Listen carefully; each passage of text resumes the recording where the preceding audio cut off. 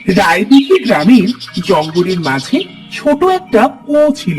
কুয়োটি ছিল অনেক পুরনো, কেউ সেই কুয়োর পানি খেত না, কারণ কুয়োটির চারিপাশে ছিল ময়লা আবর্জনায় ভর্তি। একদিন ওই কুয়োর পাশ দিয়ে এক বৃদ্ধ লোক কাঁদতে কাঁদতে যাচ্ছিল। আমি বৃদ্ধ, কাজ করতে পারি না, এই জন্য আমাকে আমার ছেলে বউ তাড়িয়ে দিল। কোথায় যাব এখন আমি এই অসুস্থ শরীর নিয়ে? কি দিয়ে ওষুধ কিনে খাবো? তেমন টাকাও নেই কাছে, কি করবো এখন আমি? এমন সময় বৃদ্ধ একটা পাখিকে কুয়োর উপরে বসে থাকতে দেখে। তোর মতো যদি আমি পাখি হতাম তাহলে হয়তো আমায় এত কষ্ট করতে হতো না। দাদু, তোমাকে দেখে তো মনে হচ্ছে তোমার শরীর অনেক খারাপ। কি তুই কথা বলতে পারিস? কি সুন্দর করে কথা বলছিস রে তুই। হ্যাঁ গো হ্যাঁ, আমি কথা বলতে পারি। এই কুয়োর পানি খেয়ে আমি মানুষের মতো কথা বলতে পারি। এই কুয়োর ময়লা পানি তুই খেয়েছিস? কত পুরনো এই কুয়ো! এই কুয়োটা ময়লা দেখলে কি হবে? এই কুয়োর পানি কিন্তু অনেক সুস্বাদু। এই কুয়োর পানির অদ্ভুত গুণও আছে। কি গুণ আছে এই পানির? কেউ যদি তার কোনো মনের ইচ্ছে নিয়ে পানি পান করে, তাহলে তার সেই ইচ্ছে পূরণ হয়ে যায়। এই কুয়োর পানি পান করলে আমি সুস্থ হয়ে যেতে পারবো? কেন পারবে না? এই পানি মানুষের মধ্যে সব ধরনের রোগ দূর করতে পারে। এই কুয়ো স্বয়ংক্রিয়ভাবে রোগ দূর, আর তার পানিতে অদ্ভুত শক্তি রয়েছে। এই পানি খেয়ে কেউ কোনো কাজে বের হলে সে সেই কাজে সফল হয়। তাহলে আমি একটু এই কুয়োর পানি খেয়ে দেখি। বৃদ্ধ কুয়োর পানি খায়, সাথে সাথে বৃদ্ধ সম্পূর্ণ সুস্থ হয়ে যায়। বৃদ্ধ কোচ থেকে সোজা হয়ে যায়। সত্যি সত্যি তো মনে হচ্ছে আমি সম্পূর্ণ সুস্থ হয়ে গেছি। তোমাকে অনেক ধন্যবাদ টিয়া পাখি। আমাকে আমার ছেলে আর ছেলের বউ আর কিচ্ছু বলতে পারবে না। এখন আমি চলে যাই। যারা অসময়ে তোমাকে বাড়ি থেকে বের করে দিয়েছে, তাদের কাছে কেন যাবে তুমি? তুমি বরং এখানে ছোট একটা ঘর তৈরি করে থাকো। আর যারা বিপদে পড়বে তাদেরকে এই কুয়োর কথা বলে সাহায্য করো। তুমি ঠিকই বলেছো টিয়া পাখি, কিন্তু আমি একা একা কিভাবে ঘর তৈরি করব? আমি তোমাকে সাহায্য করব।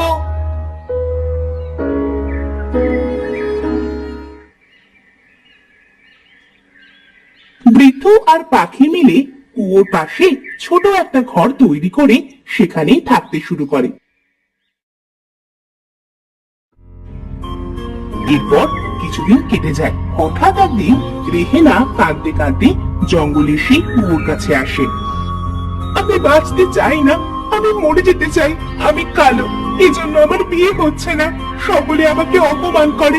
আমি কালো, এতে আমার কি দোষ? আজ আমি এই কুয়োতে ঝাঁপ দেব। আরে, আমি পানিতে না ডুবে পানিতে ভেসে উঠলাম কিভাবে?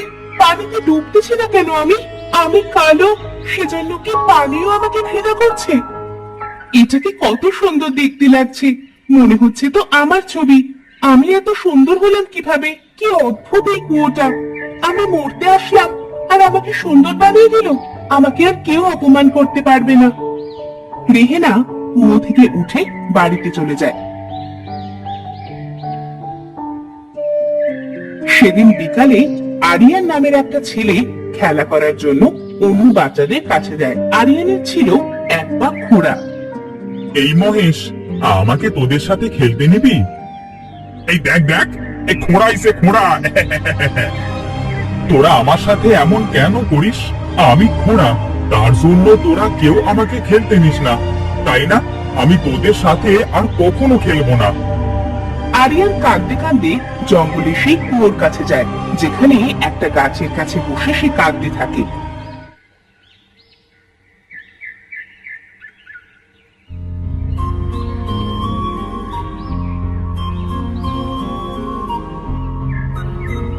কি দাদু ভাই, তুমি কাঁদছো কেন? আমি খোড়া, তার জন্য কেউ আমাকে খেলতে নেয় না, সবাই আমাকে তাড়িয়ে দেয়। তাই বুঝি? তুমি কেঁদো না, আমি তোমাকে একটু পানি দিচ্ছি, এই পানিটুকু খেয়ে নাও, দেখবে তুমি সম্পূর্ণ সুস্থ হয়ে গেছো। সত্যি বলছেন আপনি? তখন সবাই আমাকে খেলতে নেবে? কেন নেবে না, খেলতে অবশ্যই নেবে।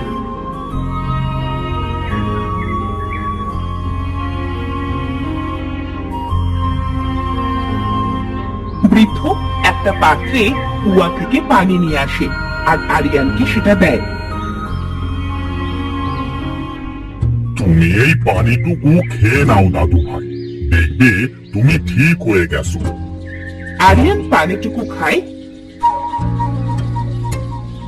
আর সাথে সাথে আরিয়ান সুস্থ হয়ে যায়।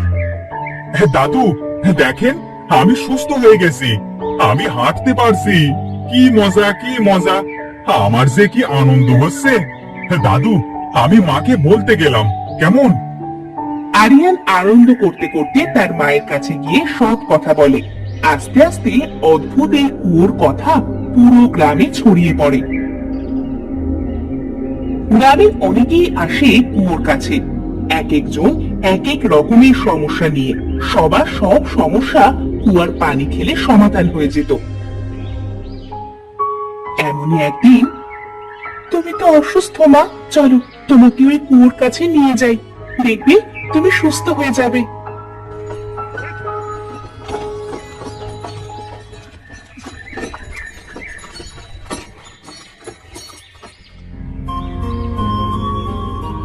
এই কুয়ো, আমার মাকে সুস্থ করে দাও না, আমার মায়ের শরীর খুব খারাপ, মা ছাড়া যে আমার কেউ নেই। শুনেছি তুমি নাকি সবার রোগ দূর করে দিচ্ছ, আমার মাকে সুস্থ করে দাও না। কি হয়েছে মা, তুমি এভাবে কাঁদছো কেন? আমার মায়ের শরীর খুব খারাপ, শুনেছি এই কুয়ো নাকি সবার সমস্যা দূর করে দেয়, তাই কুয়াকে বলছি আমার মাকে সুস্থ করে দিতে। এই কুয়োর পানি খেলেই তোমার মা সুস্থ হয়ে উঠত, কিন্তু হঠাৎ আজ দুদিন এই কুয়োর পানি শুকিয়ে গিয়েছে।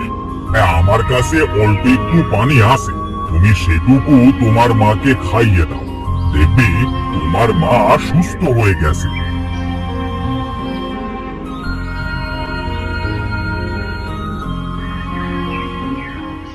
ঘর থেকে একটু পানি এনে বৃদ্ধ রুহির কাছে দেয়।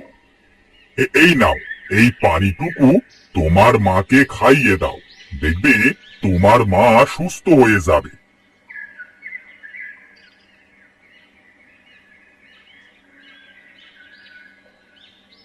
দাদু, আমার মা তো সুস্থ হলো না, এখন কোথায় নিয়ে যাব আমার মাকে? তোমার মা কেন সুস্থ হলো না সেটা আমি জানি না, হয়তো হয়তো কুয়ো তার জাদু বন্ধ করে দিয়েছে। কুয়ার পানিতে কাজ না করায় কুয়ার কাছে তেমন একটা লোক আসে না।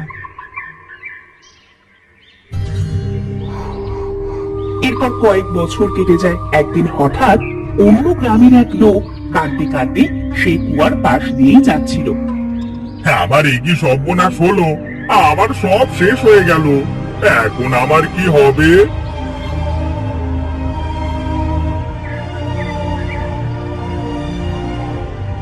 কি হয়েছে বাবা, তুমি এভাবে কাঁদছো কেন?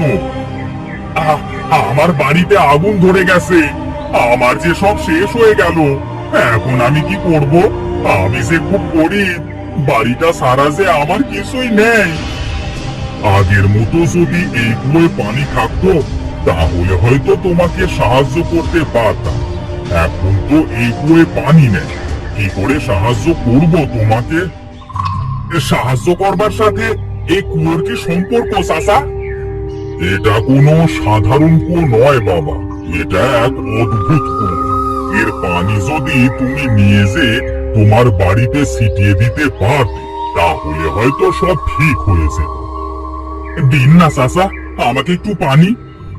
জানি না হঠাৎ করে কিভাবে এই কুয়োর পানি শেষ হয়ে গেছে, এখন আর এই কুয়োয় কোনো পানি নেই, আর এই কুয়োর পানিতে কোনো কাজও করে না।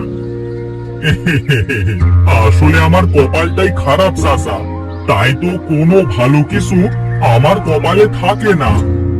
কাঁদতে কাঁদতে মাহিমের একটা হাত কুয়াতে গিয়ে পড়ে, সাথে সাথে কুয়ো পানিতে ভরে যায়। কি হলো? এই কুয়োতে এত পানি এলো কোথা থেকে?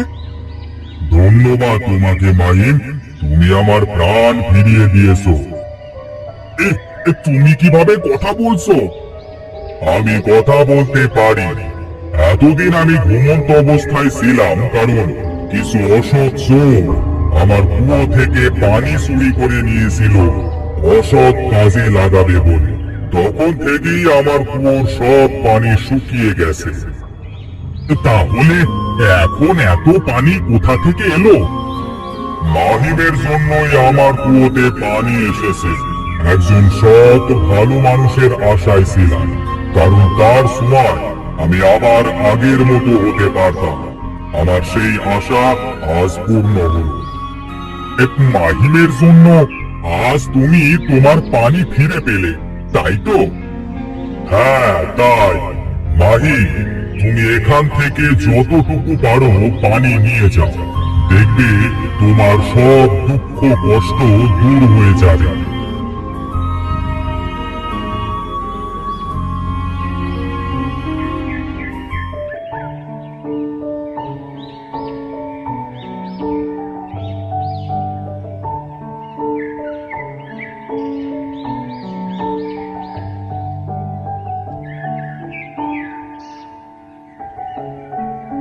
এরপর থেকে আবারও কারো কিছু দরকার হলে বা কেউ অসুস্থ হলে অদ্ভুত কুয়োর কাছে এসে তার পানি খেয়ে বা নিয়ে তাদের সমস্যা দূর করত।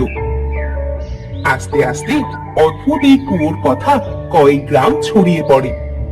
এরপর থেকে দূর দূরান্ত থেকে লোক আসতো অদ্ভুত এই কুয়োর পানি খেয়ে তাদের সমস্যা দূর করতে। এরপর আর কখনোই আর এই অদ্ভুত কুয়োর পানি শুকিয়ে যায়নি।